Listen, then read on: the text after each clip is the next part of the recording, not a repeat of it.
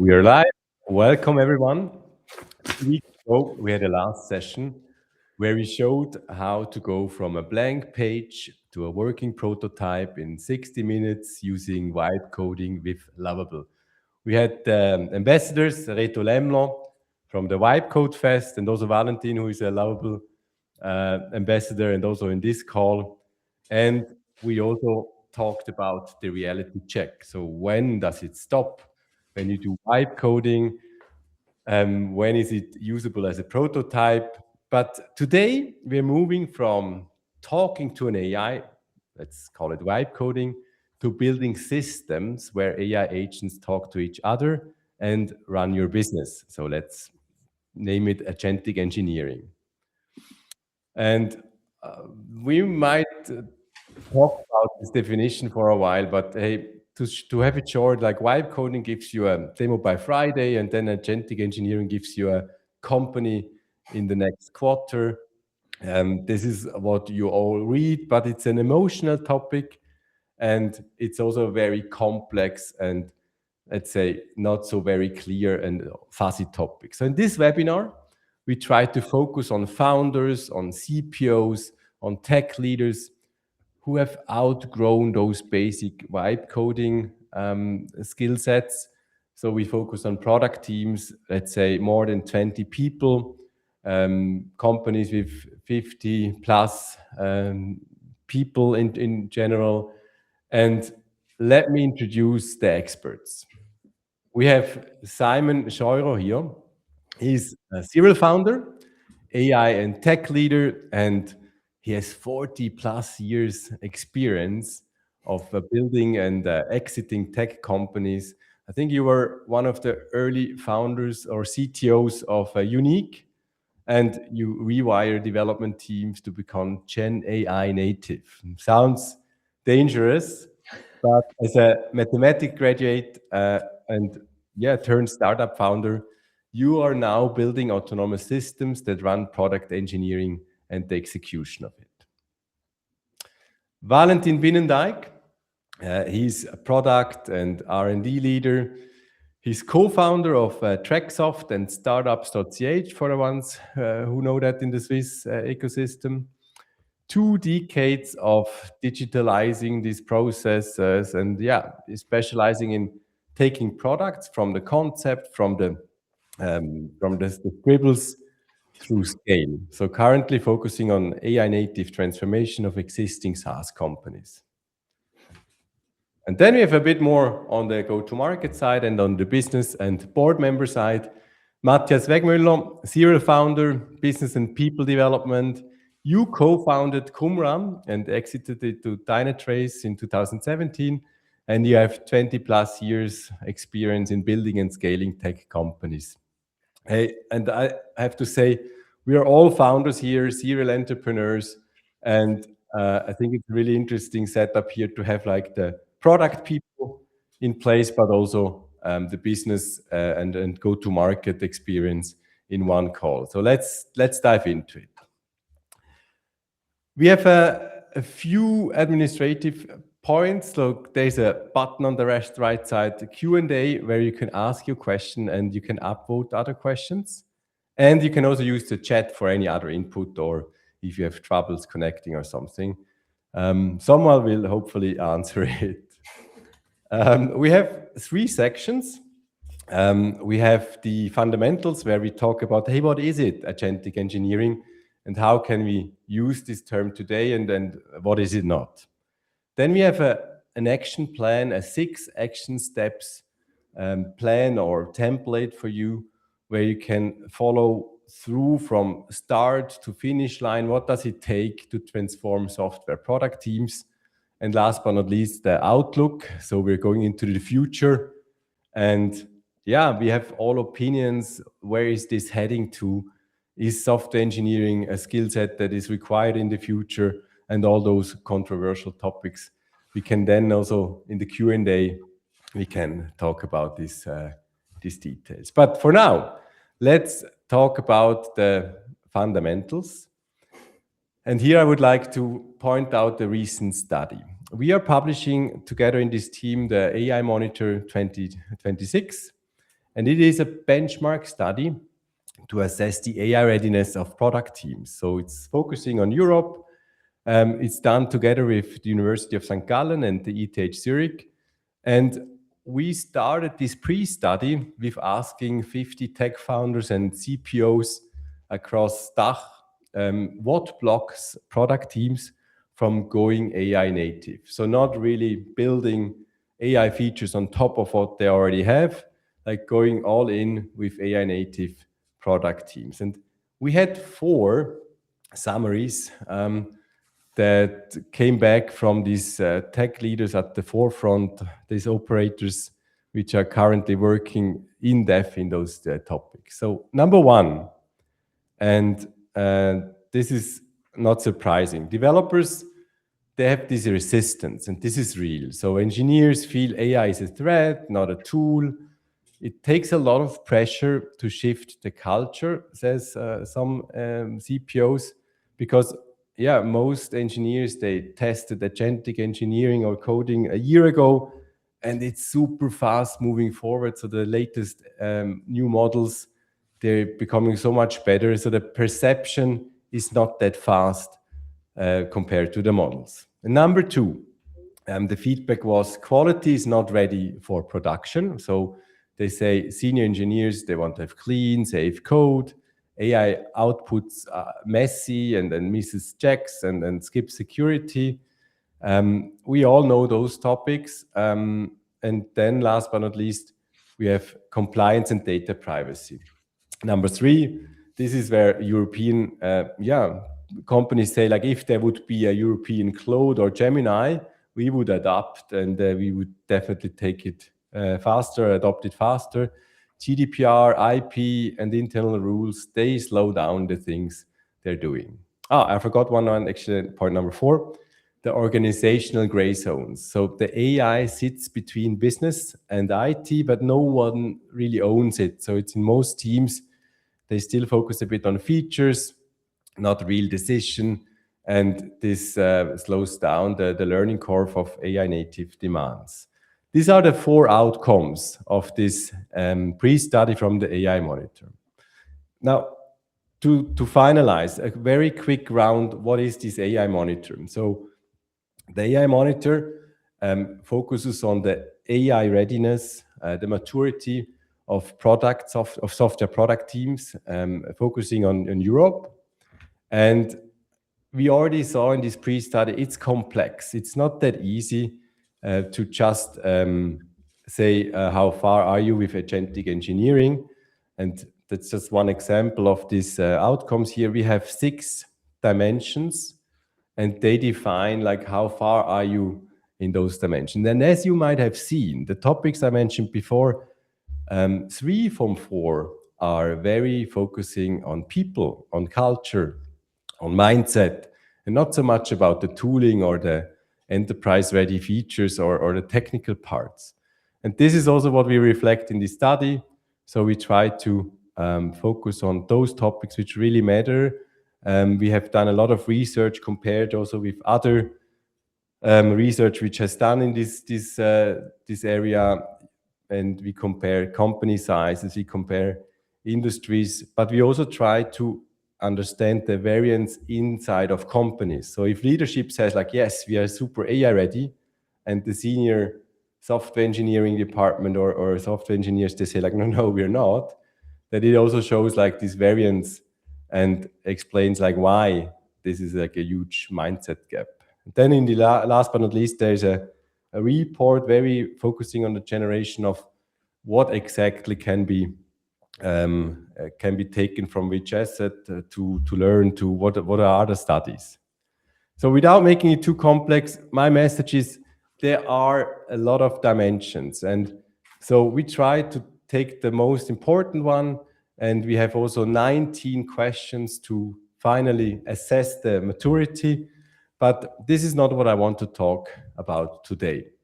Today, I would like to understand better, like what can you in an organization, or what can you do to come from the small vibe coding part to the agentic engineering, where it goes hand in hand with serious and enterprise-ready work. Valentin, I would like to hand over to your definition. What would you add, or what would you say is agentic engineering today? Thank you. So happy to be here. Last week we talked about vibe coding, and vibe coding is a simple way to basically write or talk to bring quickly a solution, an MVP, a prototype to show a solution. But now agentic engineering is like the new way how you should develop software, and it's a goal or an end result, how the whole processes work and how you can include agents and make it autonomous, or make autonomous agents that they support you in your software development life cycle, as we can call it. And it's like an end state. It's the new way how you develop and how the things change, and you include new tools, new structures, new frameworks. And it's basically a goal, and everybody has different names towards how to do it, but everybody's working on this way. And it's probably quite individual depending of your size of your company. I'm more representative of smaller teams, up to maybe 20 people, the whole product R&D team. And it's like previously with the new chatbots, we use chats as an assistant, or we talk to them. And now basically we can really use them as developers, or as engineers or architects in a certain way, or as QAs, or as testers, or bringing a specific viewpoint in it. And accept and kind of have you're in the army of agents who all have a different role, and orchestrate them. And that's basically what agentic engineering then means. How it exactly you use it in your company, you have to individually, depending on what software you build or what products you offer, to adapt to it. And in reality, when we work with, or the current teams I work with, and the teams I lead, is everybody still in a process of learning and adapting towards those steps. Nobody has yet fully, or like I have not yet experienced that it has fully accomplished it and everything runs autonomously. It's still, you try to move step by step and learn and iterate towards that end goal. So the current challenges, as we previously said, in this AI monitoring, it's a lot of change management. It's a lot of learning new things. It's a lot of identifying and defining those roles, and figuring out how does the individual roles in your R&D department, from product to business analyst and UX designer, etc., change. What does still exist, and what will maybe compress into different roles. Mm-hmm. Hey, Simon, maybe you can add something to what Valentin just said, because what I really liked, or what resonates with me, is like what happens, what we needed to learn now changes in 2 months. There happens more what happened before in 2 years. So this 40 years experience sometimes is also really bad, right? So you have a lot of principles in the head, but maybe you also need to forget about parts of it. What's your definition of it? Yeah, it goes in the same direction as Valentin's, but maybe make it still a little bit sharper. So for me, vibe coding is a lot about you give a prompt and you have some output. While for me, when it comes to agentic engineering, there are several keywords that I think are important. One keyword is workflow. So it's not about just I give an instruction and then something happens, but it's really about automating entire workflows within the product lifecycle. And that's a second keyword. Vibe coding is often mostly about coding, while for me, if you really want to do agentic engineering, then it's about rethinking the entire product lifecycle. That starts with product discovery, getting customer feedback, that goes on to planning and prioritizing and specifying, to implementation, to deployment, to monitoring, to support. And it can be even further. So you can drive that even outside of the pure product organization into product marketing and so on and so forth. So it's really about rethinking the entire development chain. How can we autonomously model entire workflows with agents? And that's maybe the third keyword, is autonomous. So it's less of just I have an assistant in my IDE that helps me scaffold a little bit, like tests or whatever, but it's really about autonomous execution of workflows. And I think the shift is really to we get away from writing instructions to orchestrate teams of agents. And maybe as a last point, I also think it requires different things to make it work. Among them, having better context. I think we'll come to that also in the steps, but also different organizational roles. Some become more important, while others become a bit less important. And so it also has a lot of cultural and personal implications within the organization. Mm-hmm. Hey, everybody waits for the blueprint. But first, Matthias, you've seen a lot of boards in Europe, and like connecting to the last sentence from Simon, there is a lot of cultural shifts, and the businesses, they see, and those are the points which I figured out in the pre-study, say like 3 or 4, it's about people, it's about culture, it's about mindset. What's your take on that? Yeah, you're absolutely right, and that's why you have to address the C-level, the board members, usually a bit the older generation, who take the strategic decisions and probably have a big influence on the culture and mindset as well. And what I've just seen from a more practical experience, if you can convince board members and C-level where agentic engineering actually has a positive effect on the profit and loss statement at the end of the year, then you win those people.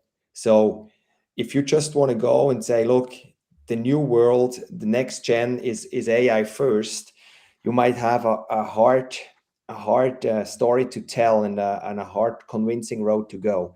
But if you can nail it down to line items in the profit and loss statement, you have a much faster chance in convincing them and have the board and C-level thinking about it. So this is my take over the last few months sitting in those boards. Thank you. Hey, now we have an active poll. And the question is, what is the biggest blocker for product teams to go AI native? So hope that you guys see it all highlighted, that you also can start voting. We can then take up the result in a bit, as soon as people have this active poll filled out. But now we're moving into the action steps. So we are having this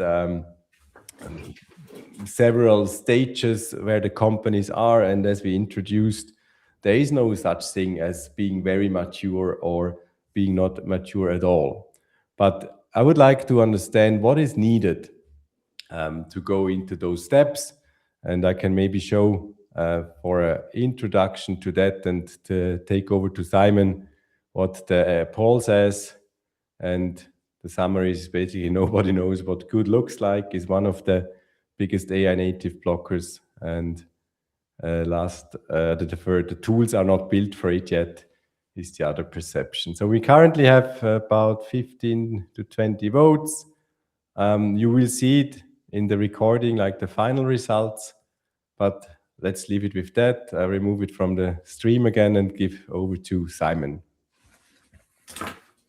So how do you get from 0 to agentic engineering? And we try to drill that down into 6 single steps. And I think the first step is not a simple one, but get buy-in. So what I often see is that there are many teams that just kind of don't want to do it. And in such a situation, I stopped evangelizing.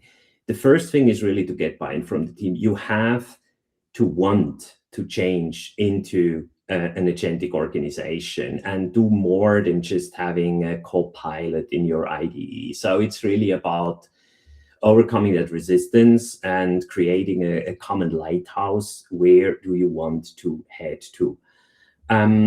Without that, I think change is just not going to happen because there's just too much resistance. So before even thinking about what is it, it's about, make sure that people really want to do it. Mm-hmm. And there, I think we should also talk a bit about the why. Mathias already told it. It should show on the balance sheet. But this is sometimes hard to prove. So why do you even start with that? And they're also, out of the experience with my customers, with the teams I work with, there are, of course, different reasons, but I might give a few. One is modernization. What I see very often, at least in complex environments with a lot of legacy code and old systems, there's a true issue. We lose knowledge. Nobody knows about these things anymore. And you should actually modernize these tools, but there's still also the pressure on delivering new features. And that's kind of a hard balance to get, even if you can't, increase the workforce. And there, agentic engineering can help to basically be able to modernize platforms while still be able to deliver features. Because what I've seen is that if you really embrace that, then often bottlenecks shift from pure development to rather the product management side of things. Another reason. Interesting take. Sorry. What would be the next step? Like defining your starting point is what I read here, but can you elaborate? Well, yes, I think many also organizations, they're struggling with where to start, and that's why they don't start at all, because it depends again a lot about what we are talking about, whether it's a rather small organization or we're talking about bigger organization, maybe different locations, regulatory requirements, old code bases, and so on and so forth. And so there's so much process in these, there's so much complexity and teams involved that it's like, I have no clue where to start. And I think the next step is really to unlock exactly that. So you need to find something that gets you moving. And that is actually not rocket science. What I would suggest is you just go through the entire value chain. As I mentioned before, it's not just about coding, and you just look, where do you have things that are manual, repetitive? Where can we find quick wins in this entire process that could be automated with agentic teams? So you just basically make a Venn diagram about what's the value, how difficult is it to get there, and then you pick a few quick wins, and that's how you start. So you need to just take a conscious decision about what's the workflow that we run with first, and that's the one that we start with. That's our pilot, and like that, you basically can unlock things and get things moving.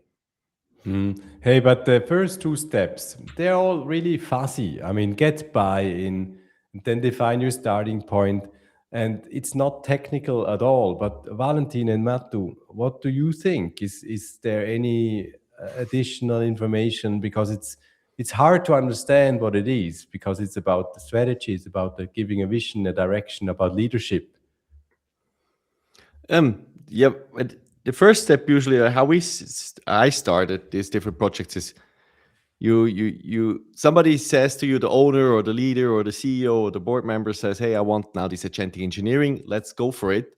You start basically with a big workshop, with a kickoff workshop where you include everyone in this organization, in a R&D organization. So not just the engineers or not just the product people, not just the leaders, everyone. I think that's very important. And then you basically, how I do it is like, this is the end state where we will end up. And the only thing that's unclear if it takes 6 months or it takes 5 years. But you will end up there. And if not, you will be dead. It's pretty clear.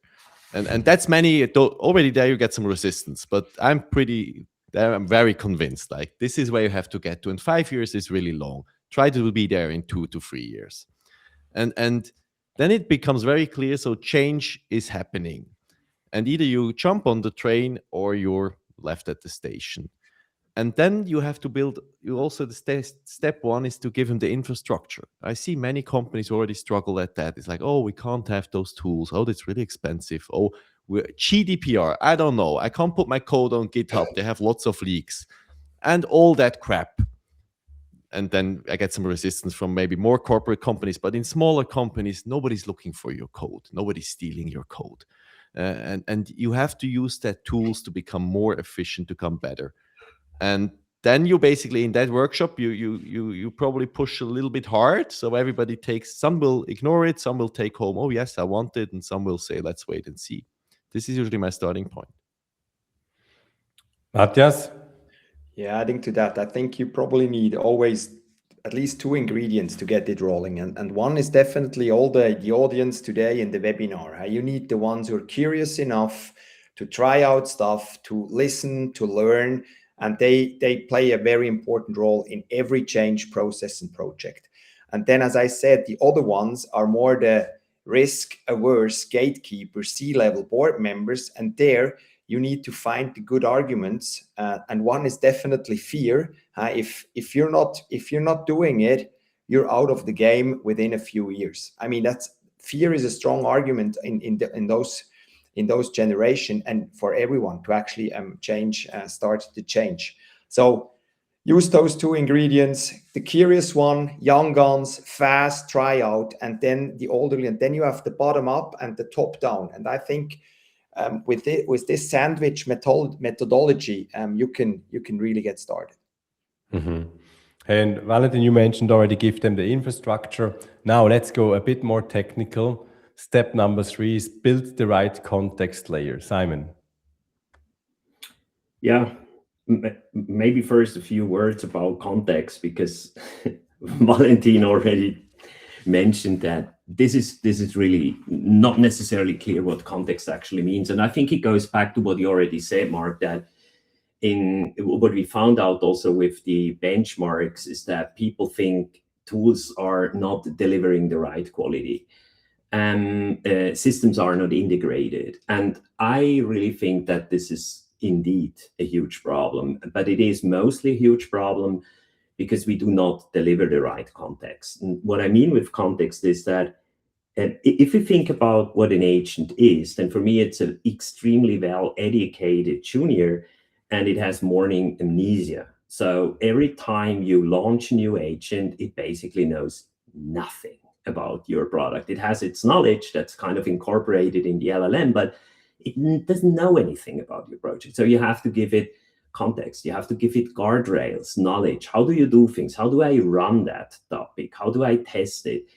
And of course, you also need to give it access to all the relevant systems. In a smaller project, that may not be the case or may not be that important, because there it just has enough power to basically put the entire code base into its context. But if you're in a bigger environment, distributed teams, Zendesk and Jira here, and user experience tools there, and many repositories, then you have to give the agents the relevant context to work with. So you need to have intelligence, otherwise there's just shit in, shit out. And that is often something that gets forgotten.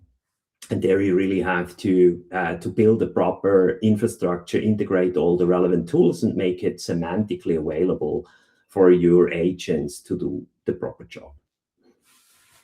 So it's not only about connecting all your systems, it's also about having like a heartbeat that every time it wakes up, it has the right context, the right background. I would like to visualize this with this poll and figure out where you stand. So like with this very specific topic, like what was, how do you find out when a feature was built years ago? And can you get the answer today very easily? Do you have the context all in place and connected? Or is it a very long process? Please, if you see the poll, start voting it. And let's assume it's the Jira connection you have, and there is a feature which was built years ago. Do you really know what's the reason why and the background? Where does it come from? I think with this visualization, where we can put it on the screen in a second, I would like to hand over then from context layer, building the right one, connecting existing tools, defining the guardrails, tell the agents how to work, over to Mathias about empowering the team. Simon, you have an example prepared, but maybe you find the right moment to publish or to show that as well. I just quickly go here with the result from the poll. Why was this feature built this way in 2023? And most of them say in seconds, but it's pretty even distributed?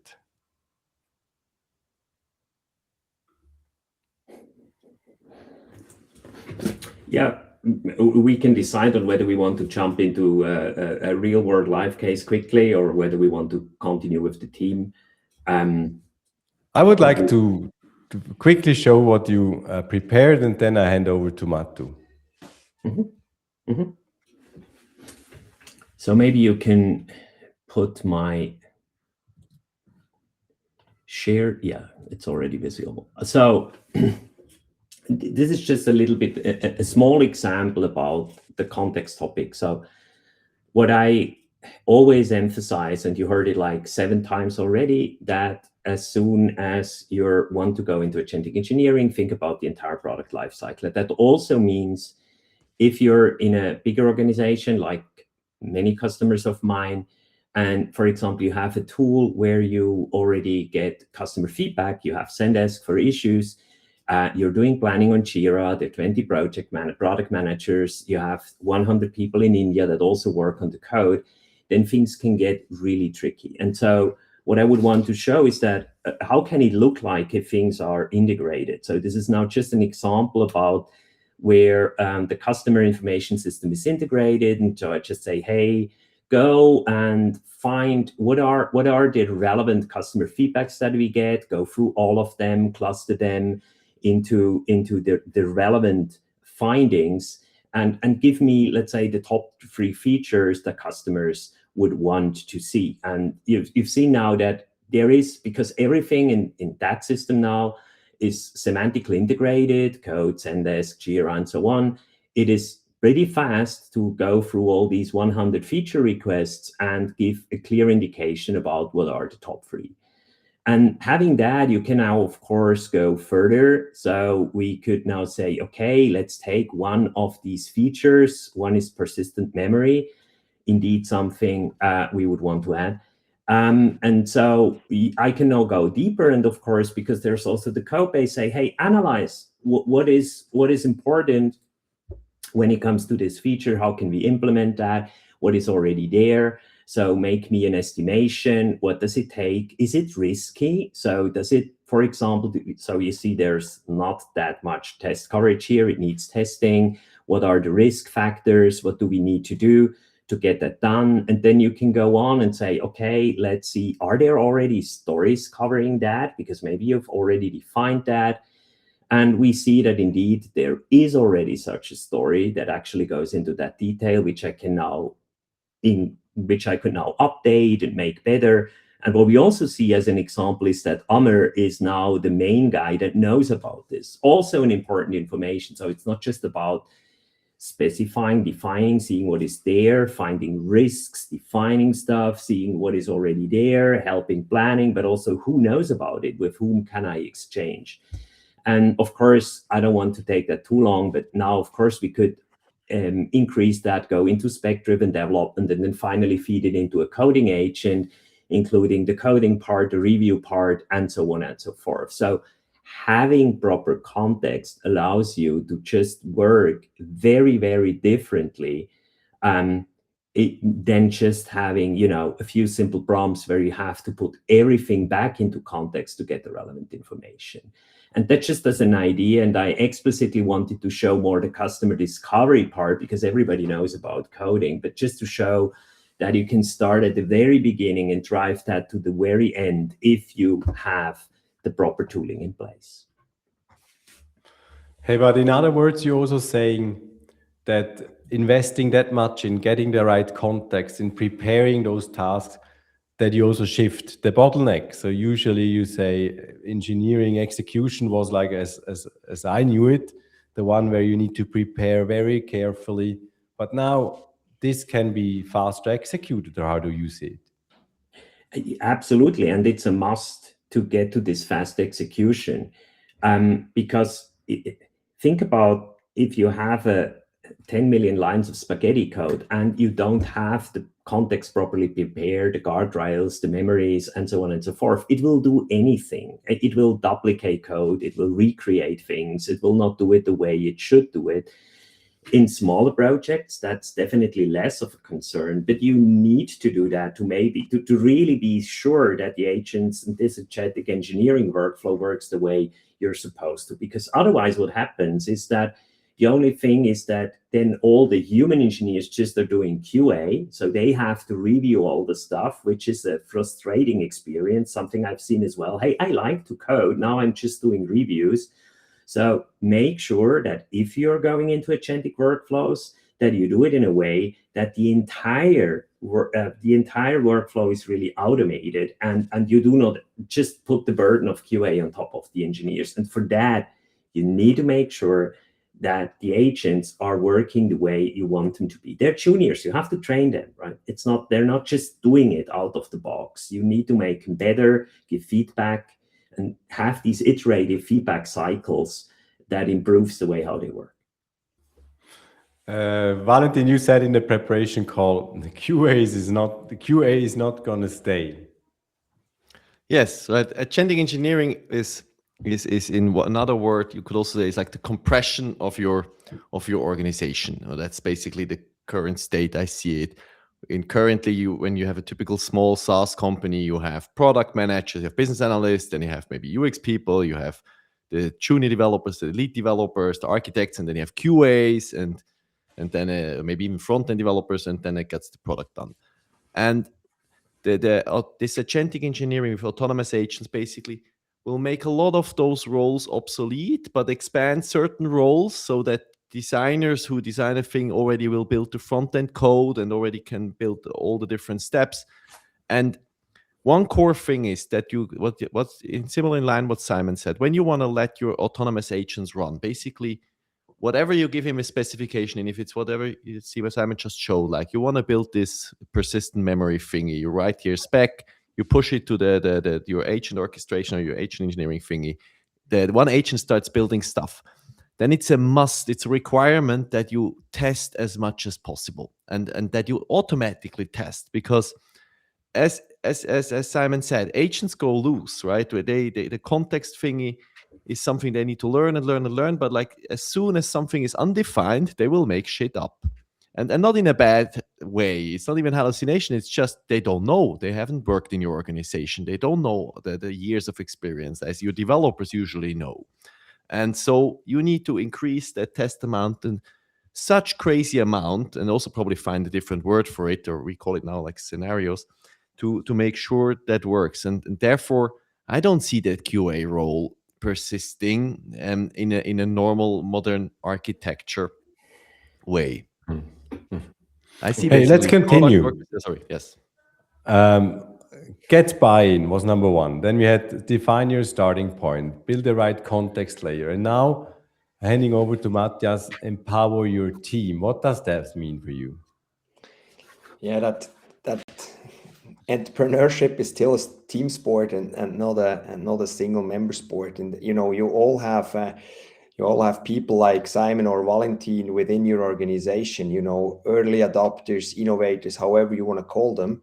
And in the team setup, you really make sure that you know who is part of the team. It can be, if AI is really on a strategic level, it can be the entire company, every single person within the organization.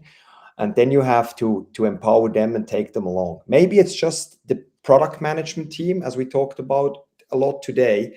Then probably it's good enough to have the team of the product management with the development team, etc., who is really aligned. Because you cannot expect that Valentin and Simon like people are running up front and everyone else will follow, because there is a lot of people who think, oh no, again, those two, they run away and we are left behind. And when I say empower the team, you have to talk, and you have Valentin and Simon talk to the team about the why. Why are they doing it? What does it change in the future? What is the finish line looking like? And I think this is super important, because then you really have the entire team running in the same direction. Of course, we don't want to just look through the pink glasses. There might be team members who say, oh no, that's not for me. I don't want to be playing in a team where potentially agents play with us, and it's not just human. And if I cannot have a beer and have a chat with someone in a 3D world, then I don't want to be part of the team. This can happen, but it's important when you talk about empowering team that the leaders, the evangelists, and the ones who can see a bit further, that they talk about the why and they involve really the team and talk about the fears and everything. And then I think then we really have the powerful setup that this transformation can happen. And as I said, define first, is it really affecting everyone in the organization, or is it just one part of the organization? And be also clear and address that to the C-level and the board again and say, look, we are transforming not the entire organization, but we are transforming the way we think, we build and we run IT, for example. And then the organization gets multiplayer. Step number 5, a full agentic workflow. Valentin, if you could go deeper in that, when we have this collaboration, Matthew just pointed out, then you have engineers, then you have agents. How does this look like? Yes. So we previously in the poll, we saw that the majority or the biggest answer was there's no tools yet, or the tools are not yet there yet. And that is true, but also not true. And I can bring here one example. I work with a smaller company. It's only a few developers. It's a product that has grown over 10 years, probably 10, 15 developers over time have worked on it. So lots of spaghetti code, lots of undocumented things, lots of inherent knowledge, which was never specified, or when you look today at the code, it's unclear why this happens. And now the dream would be you take this, let's call it the agentic factory, plug it in, and the whole thing turns into an agentic engineering tool, right? The workflow works, the autonomous agent run around, and everything is peppy. That doesn't exist yet. Yes, that's true. So you have to get the people on board that they say, we want to build this, because it's clear what you have to do. Everybody has a framework, and if you are successful in implementing that framework, you will achieve it. But that still means it has to be customized for your product, for your company, for your process. And what we did, or what we're working on right now, taking this old custom thingy where you have development databases, production databases, sometimes they mix, which is a big sin, but it happens, it's reality, especially in smaller products. And you kind of like, you go in with a big framework and a framework of different steps, and you plug in and you try to get to a first version. And the first version is not autonomous agentic. The first version is probably, at least we understand now more or less what's happening in that current code. We start kind of like document it. The agents read through it and write the specifications as if you would build the system today. And then the next step is we start building those test cases or scenarios I previously mentioned. And instead of building 20 test cases for simplicity, we built 20,000. And based on basically where we analyze the logs, where we analyze how people actually are using it, where we try to take, instead of user tracking, we try to understand how do people use this system, and therefore build our test scenarios. For then, once we basically know the model, how the system works, we wrote specifications, and then we know that all those scenarios, then we can basically make the next change, or have the next change made by an agent. And because we then can run the tests, we know if it works.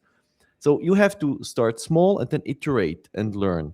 And what I see here is the biggest challenge is not the tool. The tools get better and stuff. And you have to accept sometimes the limitations. You can't let it on a 20 million code base and think it's going to be fine. But at least you can maybe then model out one specific feature, or maybe some front-end part, or some mobile app, or some API, or whatever, and try it there.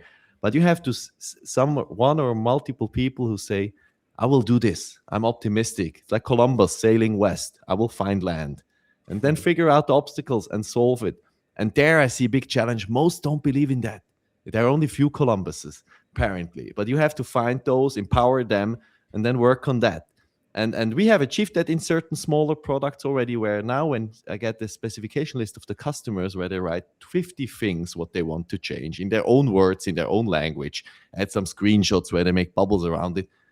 My developer who doesn't speak that language, like let's assume I get it in German, developer doesn't speak German, he doesn't read it anymore. He gives it his agents, they write specifications, they then prepare like what needs to be changed, maybe he reviews this or not, and then they build it, and then we can run it. And therefore his output is already 10x or 20x of what it was previously, which is amazing. The customer doesn't care. His process is still the same. He still writes a document, a Word document, and adds stuff. But the efficiency gain is huge in the backend there. And I think that has to be the goal. And you have to put it as a mindset, I will get there. And then you try. And if you're fast and your product is not crazy big, you get there faster. Otherwise, you have to separate and compartmentalize, and then you also get there. But you have to have that optimistic view, which I and Simon obviously have. And I think at the moment, it's a lot of evangelism and a lot of preaching to kind of like bring the passion in that you make others believers. But I already see it in two projects where we lead this, that we already have significant gains. I need to jump in here because a few of the things that Valentin said, we just cannot emphasize them enough. You know, I've heard so often now that, oh, I had to do a PR on this piece that Claude wrote, and it really has a lot of problems, so we cannot use Claude. And then it's like, okay, and before when you did review of human developers, you didn't have that? Yeah, we had. But there's so much sometimes the expectation that if you use agents, they're kind of perfect, but they're not. So it really is an iterative process. It's teaching. It's a junior. This thing has to learn, and it will become better over time with you giving feedback. So don't look at agents as tools. Look at them as team members that need to grow. And this is also such an important cultural shift within the entire teams, that they don't expect these things to just work magically and be so much better than everybody else. If you go with that perception, you will fail, because then you have expectations that, at least in the beginning, they won't meet. So, and I think that's really an unbelievably important point. It's an iterative process. Start quickly. Don't look for perfection. Start, try, learn, iterate, improve. And that's how you need to get into agentic coding. And don't have exaggerated expectations, but look at it like team members that you have to hone, grow, teach, and then results will be there. I think you nicely described now, both of you, the last two steps. So we had the introduction to like number 5 is like the full agentic workflow, but it's not a model that runs and it's just like a one-off. It's about a continuous optimization. It's like step number 6. It's a operational task. It's like running a company, so it evolves and it improves, and you have more team members and more agents. I think that's a nice finalization of these 6 steps which are required. Anything to add, which we haven't really talked about before we go into what the future brings for us? Maybe a small amendment to what Mathias said about the people. And I think that's maybe also a tip for leadership people in this webinar. There is really so much fear around, and I've had that in many teams, to lose the job, right? And so the message about we're actually making this to get rid of the boring stuff, that you can focus on what really matters, deliver more value. We do not do that to basically get rid of a third of the employees. We do that to actually make our employees twice as productive. Because in products, in refactoring stuff, I mean, in every company, there's so much legacy. So you would love to clean that stuff up. Currently, you often can't. Everybody wants to become more productive. And so if the message is, we want to become better, we want to work on the relevant topics, and we want to get rid of stuff that is just boring and manual, then that's a much easier way to get buy-in from a team than to play on the optimization and cost-cutting play. We have on time a few minutes left for Q&A. I will combine it with the outlook, which we just announced. Where does this go? And then we touched this topic as well, but I would like to start with like one question we had, that what's going on with like very senior people? I mean, Simon, you touched it, but Valentin, you provocated with like QA is not needed anymore. And there was one question from Yusuf. Okay, what are these roles evolving into? Where do you see are the senior roles evolving to? So I see, well, like obviously there's a transformation. I see it's like orchestration becomes very important. And orchestration is different than actually doing things, because orchestration is the more, right, those Q&A agents need to be managed, right? As we just previously said, agents behave like humans. They go off guard, they train, hopefully they get better. But like now new roles evolve. It's like basically you have like sometimes chief AI agent manager, right? Who every day basically checks, what have you done? What was mistaken? Where can I improve? Can I train you a little bit more? And so if you're a super QA guy, learn how to basically build those scenarios and manage those agents and train those agents and that army of agents and run that in an efficient way so they give you smart feedback, right? But that you need to learn new skills. It's not just click through it or like basically write unit tests. It's really like enable that. And that's not just for QA role, right? It's like before I would have a more controversial take. Yes, you will lose your job, pretty sure, if you don't start learning. If you feel like you can do whatever you did the last 20 years, then hopefully you have a skill that really literally nobody in the world has. Maybe you were like the Pascal programmer and you can still in the underground floor at -15, you're still needed. But if you're a normal average software developer, full stack, with a little bit back-end, a little bit front-end stuff, you have a problem if you don't start learning and using those tools. And you will be crazy. You will be cut out because that money will be needed for tokens. So this is really like, if you're learning, if you adapt these tools, you still have a chance. But if not, I see a black future. So it's also like that you have to push people to that change. Or if they don't make it, I can't make you, right? That's my learning. So you become more orchestrators as well. If our developer architects, right, they have to learn to orchestrate those agents. And then maybe at some point you build an agent who orchestrates agents. So human inputs will still be needed. If you're really skilled in thinking logically, if you're understanding how infrastructures are built and how dependencies are happening, it will just scale much bigger, which is very hard to do. And so you will still be needed. But if you just think, I can do whatever I do, what I did the last 5 years, that's going to be tough. Simon, I have one difficult one for you, like about having private AI, having compliance. So obviously organizations don't trust AI, but how do you manage this, that you still work with it at the bleeding edge possibilities? The models evolve that fast. Is there any tips or tricks you could give us on the way?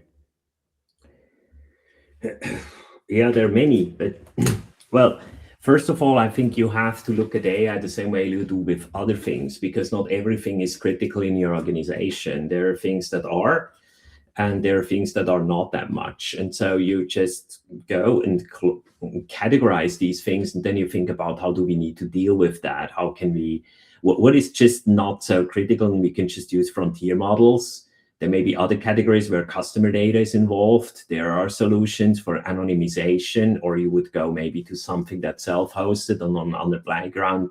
So there's just no solution that is like all or nothing.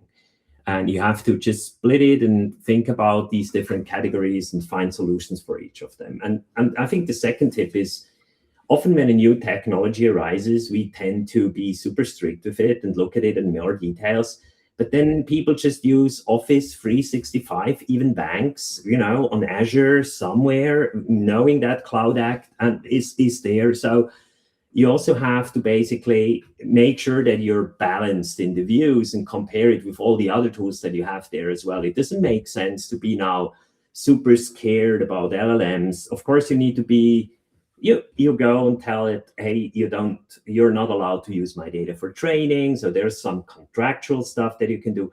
But other than that, being super scared and want to be super protective, in this area, while on other areas you have cloud data that's sitting somewhere else. That's just not a balanced view. So you need to make sure it's balanced with everything else you have, and then you just categorize things and you decide for all of these different privacy categories how you deal with it. And there are solutions around how you can do that, and you just have to apply them properly. There is another question which came in, which I think it's a really interesting one, because it's very overwhelming what's coming here. And the question leads a bit to, what trends or patterns do you see? We have here like people in the room who breathe AI, and everything they do in the morning is getting the latest news, and it's so fast. So it can also be very overwhelming. Leads to the question, what patterns do you see? I mean, there's examples like we had these open claw moments where there was suddenly the mobile device more important. There was suddenly this heartbeat more important to, on a regular basis, overnight. They work 24/7. What do you see? And the question is open to all of you. What do you see? What patterns are emerging right now? How much time do you have? 4 minutes left. Wow. Well, I think one pattern that is emerging, and that goes into the direction that Valentin has already mentioned, it's less about doing things than about knowing how to do things and teaching this to agents. So this is also how roles transforms. Architects become more important because they know how to do things, how to do guardrails. And a QA should teach an agent how to do QA instead of doing QA by themselves. So this is definitely what's happening currently. I think trends we'll see is security will be a huge topic. You mentioned OpenClaw, prompt injection, and all these kind of topics. This is an unsolved problem because of how these tools work. And there is a lot that will be going on. But other than that, it's also a lot of automation. So all these scheduling topics to do things based on events and hooks automatically. Currently, often still AI is done in a very manual fashion. We trigger something and something happens. And so the shift will be less in all these foundation models, but it's more about how do agentic workflows work? How do we incorporate them in automated fashion and hook them into all these processes, hooks, events, and schedules that happen regularly? So these are three things that I see. And as I don't want to monopolize time, I shut up now.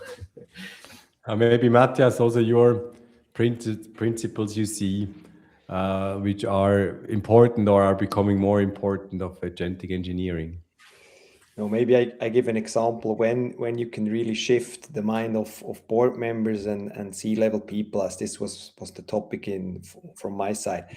I think once you have an autonomous driving taxi, and these people sit in there and they actually trust the driving car as they trusted before their own driving skills or the driving skills of a driver, that's when they start seeing, oh yeah, it works, and probably what can drive me from A to B as a person, it probably could also help me to drive my enterprise from A to B. So I think this will have a big impact on how people see AI in general, but autonomous machine actually taking responsibility for other people's life. So my go to San Francisco with your team and then have them sit in an autonomous cab, and it might actually accelerate the mind and culture shift quite rapidly.